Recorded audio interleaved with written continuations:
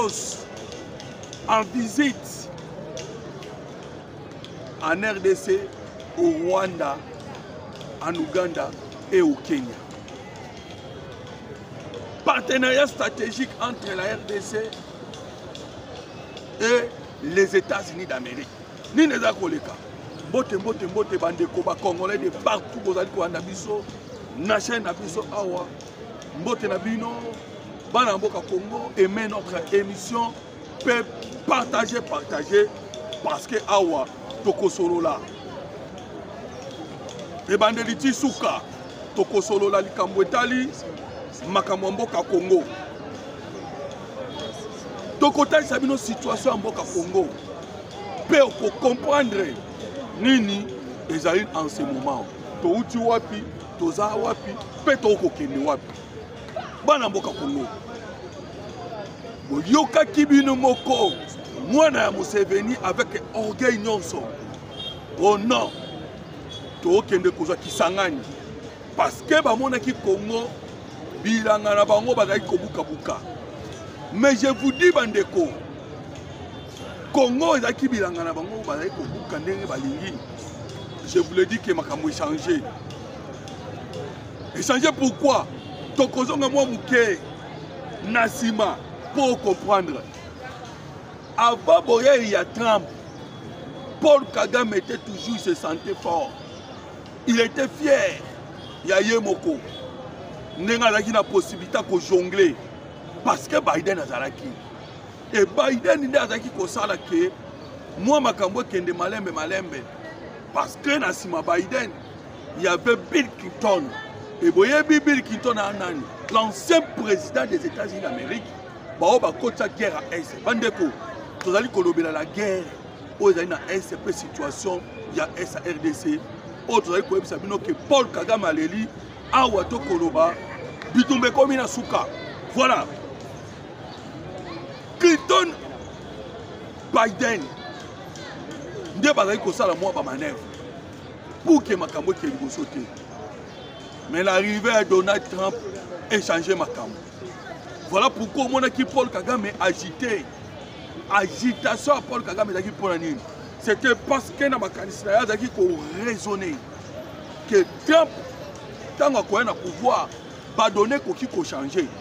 Voilà pourquoi on constate ayaki na vitesse non so bakati si Goma, bakati si Bukavu par force pe batu bakufaki ebele ndenge boyebi. Mais kasi lelo nini ekomi bandeko na ko souligner date très important. C'est le 21 février. Ni ne le le 21 février. Le 21 février, David Lamy, Odali, secrétaire d'État, il y a Royaume-Uni. Azalaki na Congo, akendeki pe na Rwanda. Bandeko, lorsque to koloba Royaume-Uni, parce que Royaume-Uni monte simba ki Paul Kagame et longo na ba américain. Oyo yokaki na uti koyebiso lolendo wa Paul Kagame. Ba ebisi Paul Kagame, ton ingérence na Congo tolinga mosusu te. Tu dois respecter l'intégrité territoriale ya mboka Congo. Et après koyebisa Paul Kagame, mais nous avons constaté que Paul Kagame a tchaki mutu makasi. Lorsque David Lamy a créé Bengi Marco Rubio, bandeko, Marco Rubio a le secrétaire d'État américain. Parce que awa to kusolo la Massad Boulos o Outi Koya to tali sabino omona le rôle que jouent les États-Unis d'Amérique en ce moment. Pour na makambo tali est ya mboka na biso. Bandeko, Marco Rubio elongona David Lamy. Bango nyoso oyo koto secrétaire d'État américain. Il y a makambo Italie affaires étrangères, oyo koto secrétaire d'État. Il y a Grande-Bretagne, Mambutali affaires étrangères. Basangani, Balamoko Yoka va sanctionner Laurence Kanyuka, Pena Oto Kobenga, James Kabarebe. Donc Rwanda, na M23. Là, c'était les Américains. To lali to la mukimba amoko babimisi résolution 2773. Il y a Conseil de sécurité. Bandeko, soki na signalé bino na tangé bino likamwana na memi bino tina résolution 2773 parce que yango nde américain basimbi lokola mbeli oyo po ba résoudre des conflits à est ya Congo. Bien que bango mutu batiaki conflit wana mais batiaka ezalaka ba Clinton. Mais Donald Trump a eu un système anti-mafia. Maintenant 27-73 lobby nini 27-73 lobby Rwanda bimisa basoda na yo M23 bimana sol congolais. Tika ba administration parallèle. Maintenant il a souligné le bino le très important dans 27-73. Et lobby boy les causes profondes. Il y a guerre, il y a est. C'est l'exploitation illégitime. Il y a des minéraux congolais. Bandeko, ceux qui ont un hôpital, ils ont un examen. Ceux qui ont un examen, ils ont un typhoïde, ils ont une malaria, ils ont un diabète, ils ont un sida. Voilà maintenant, Donald Trump va poser qui est question. Bandeko, donc les Américains parce que c'est eux. Oh, bah, si une solution à est. Au bangonde mutu bakota ki conflit. Ba Tony Donald Trump yo lobi ko ye okotya ba kimia na monde. Pona Congo sko lobi. Oh non, pona Congo makambo eza grave. Mwana yebisa bino na mete ezate, mais beaucoup monde. C'est pour cela les Américains ont poussé résolution on a autour de 27-73. Oh yo ezali ko définir que les causes, il y a crise dans l'Est à Congo. 30 ans, ils allaient minérer. Maintenant, tu sais que les Longs là-bas, bon, le quoi ils ont minéré pour ça, le partenariat stratégique. Gagnant-gagnant. Pour que maintenant, aussi, ça crise dans l'Est à Congo. Nous avons le président Tshisekedi, ou tout le gouvernement congolais, dans le gouvernement des États-Unis d'Amérique, Babandi Maramoko pour parler pour signer accord. Bandeko, Conseil de sécurité dans la résolution 2773 lobby que tout l'Oukandé est mettre fin à l'exploitation illégitime. Maintenant, le président de sécurité dit ça la exploitation légitime. Gouvernement. Donald Trump a lobby que non. Il faut tout ça.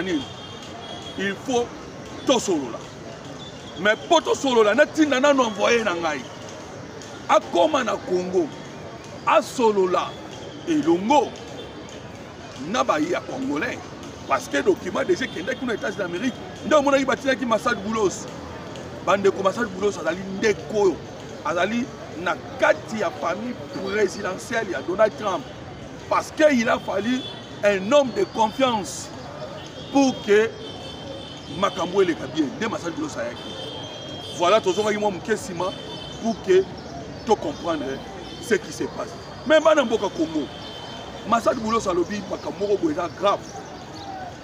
Ozali ko lakisa que fin ya guerre est comme proche. Massad Boulos a lobby boye. Nous allons approfondir nos relations avec la RDC. Massad Boulos a dit que nous allons investir des milliards et des milliards de dollars. Massad Boulos a dit sous les États-Unis d'Amérique sont déterminés. Les États-Unis d'Amérique sont déterminés pour mettre fin à la guerre.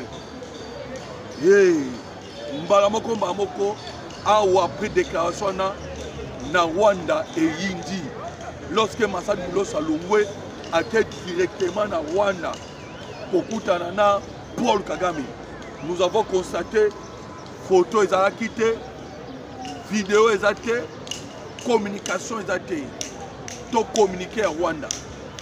Mais lorsqu'il y a Rwanda à Kenya, Toyoki o eleki na Kenya, William Ruto a lobby pour conserver les relations à Bisso na États-Unis d'Amérique. Là vous comprenez déjà que tant que Ruto a lobby que pour conserver les relations, c'est-à-dire vertira Kibango. Parce que j'ouvre parenthèse pour nous savoir que na conflit à est AFC botamani na Kenya et puis c'est ezali Kenya mutu apesaka atekaka ba botine oyo ba rebelle M23 balataka. Et vous allez comprendre que eza lokola likili alors kata sali na mokozi. Donc on conserve les relations des États-Unis. Donc on peut balater les États-Unis. Tant que masal boulot ça qu'est-ce qu'on a Uganda peut qu'on a que tenir bayo langage. Oh non, to seulement bon investissement Motal Museveni inquiet. Maintenant bandeko Paul Kagame na Rwanda zaki silence radio mais après tu koyoka Paul Kagame koloba. Paul Kagame alobi nini na kibwika na bango oto bengaka tango bengisaki batu pona makambo ya ko commémorer génocide rwandais bandeko bana mboka Congo. Paul Kagame à répondre États-Unis d'Amérique. Nous allons dire César comme ça. À répondre aux Américains. Oh non! D'ailleurs, nous vous disons, Binonde Moutuboyaka copier minéré. Les Cambodgiens minéré. Ils ont Rwanda Koutou comme minéré. Pas tout le problème minéré, c'est les États-Unis. Attends qu'on peut t'acheter ma bibino. Paul Kagame a lobby sous. Ceux qui bisent au Rwanda, tu as copié minéré. Mais tu es comme riche. Mais jusqu'à aujourd'hui, tu es comme riche. C'est-à-dire, bisous au tendem tu es minéré. Bon à la claire, bon au baké, binon de piaka. Paul Kagame a lobby les sous. Oh non! Ceux qui ont copié minéré à Est. Mais tu as copié binon bongo. Si au monde a copié binon bongo, c'est parce que bisous au tendem tu piaka. Bino nde mutu bopiaka. Bandeko bana mboka Congo. Vous avez maintenant compris que Paul Kagame a bimisi ba vérité que ezali ba occidentaux mutu bapiaka. Mais hier toutes ces années Moussa Nyazali Gosala a permettre bango ba piller et ya bomaka ba Congolais. A bimisi secret mais pas fini ni to kelie mawa. D'ailleurs mawa ezati. Place ni Paul Kagame à l'Élie. Oh non! Bokende au diable, allez au diable. Voilà des cas à l'obi. Bozali koya kolobanangai.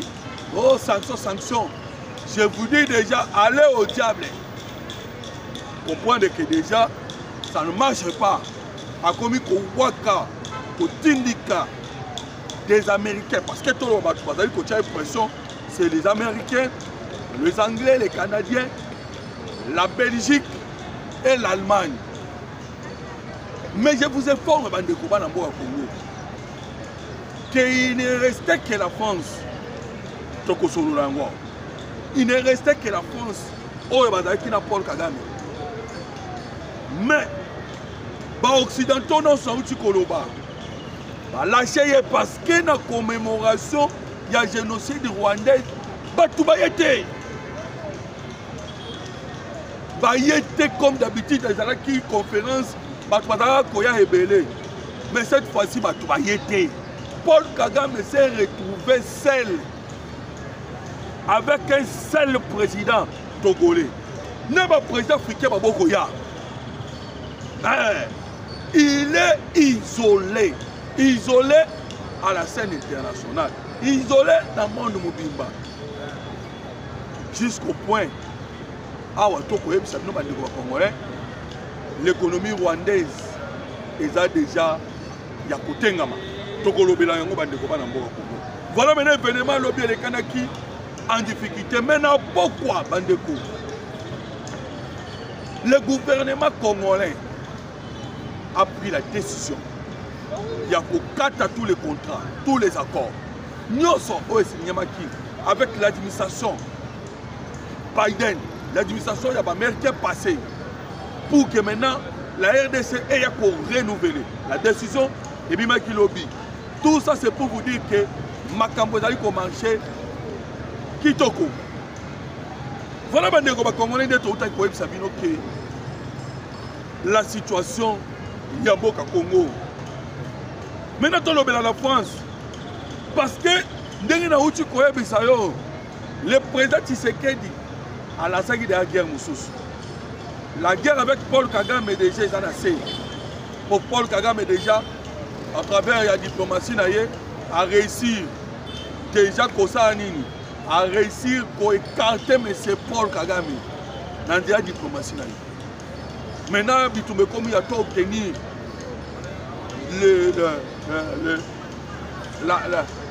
la reconnaissance internationale du génocide congolais.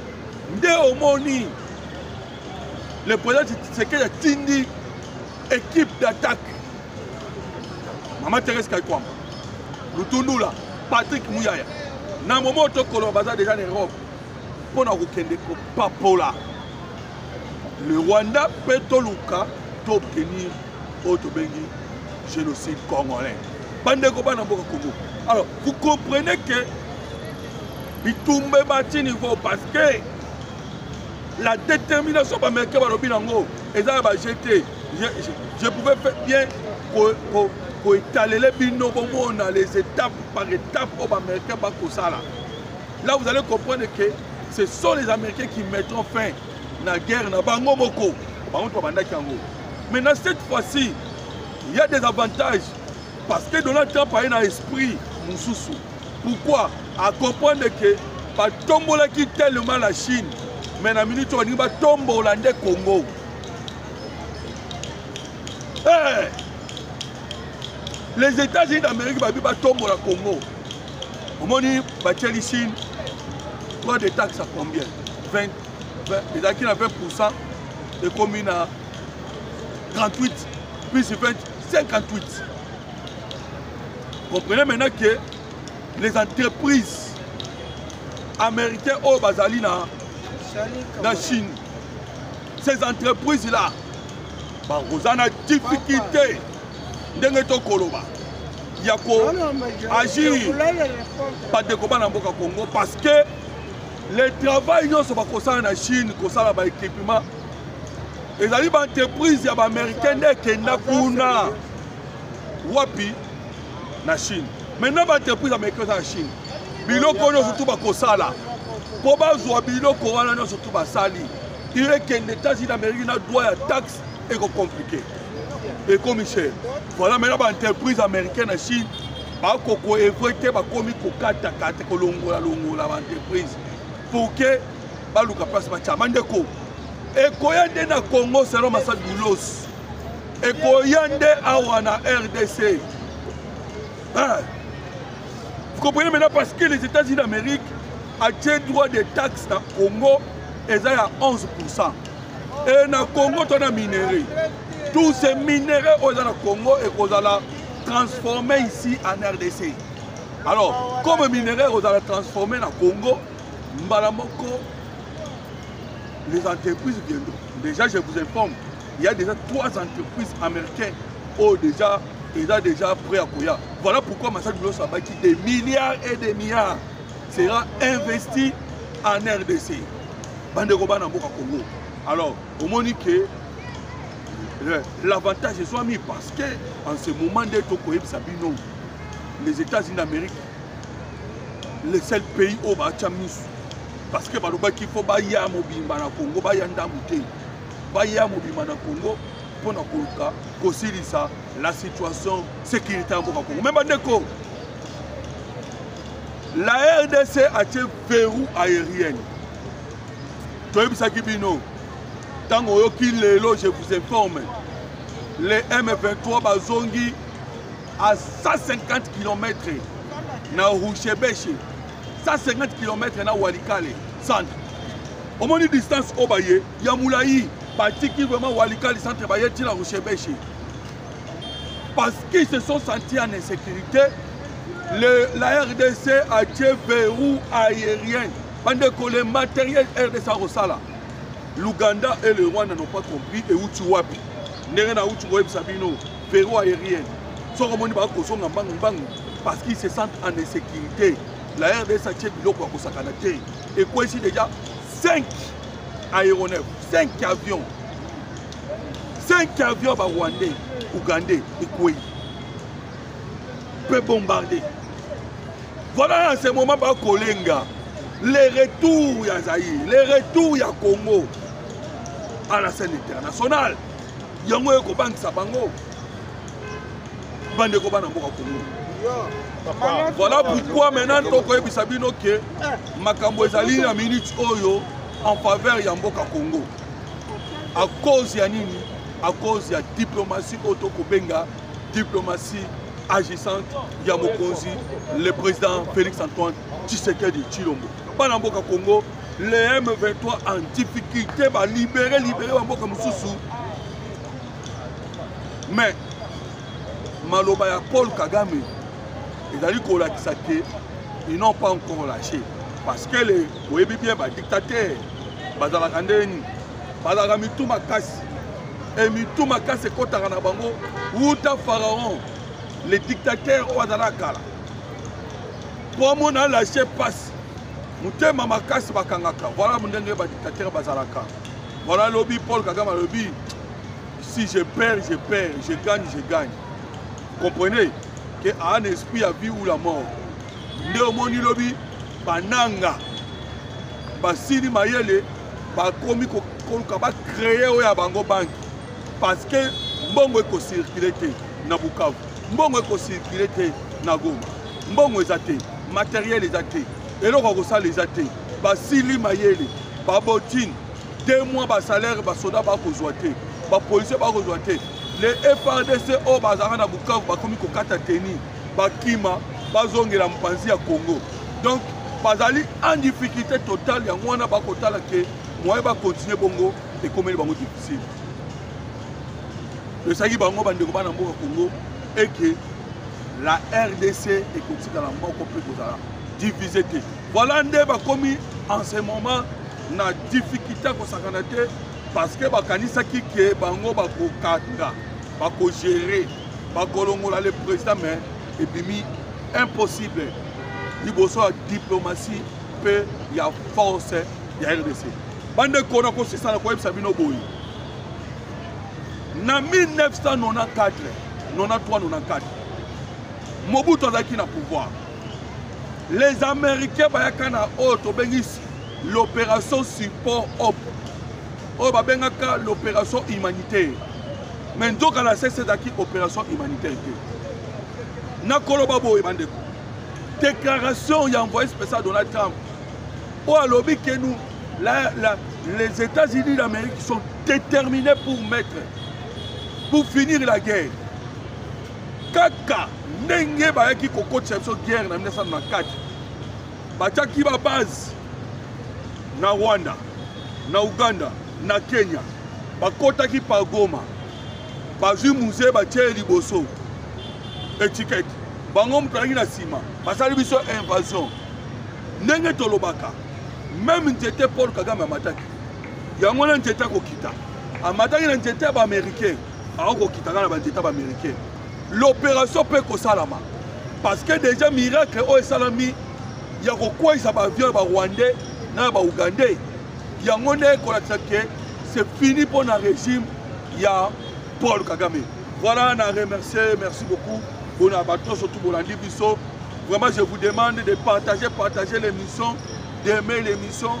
Oh, na chaîne Abiso, et de vous abonner massivement. À la prochaine fois. Merci beaucoup.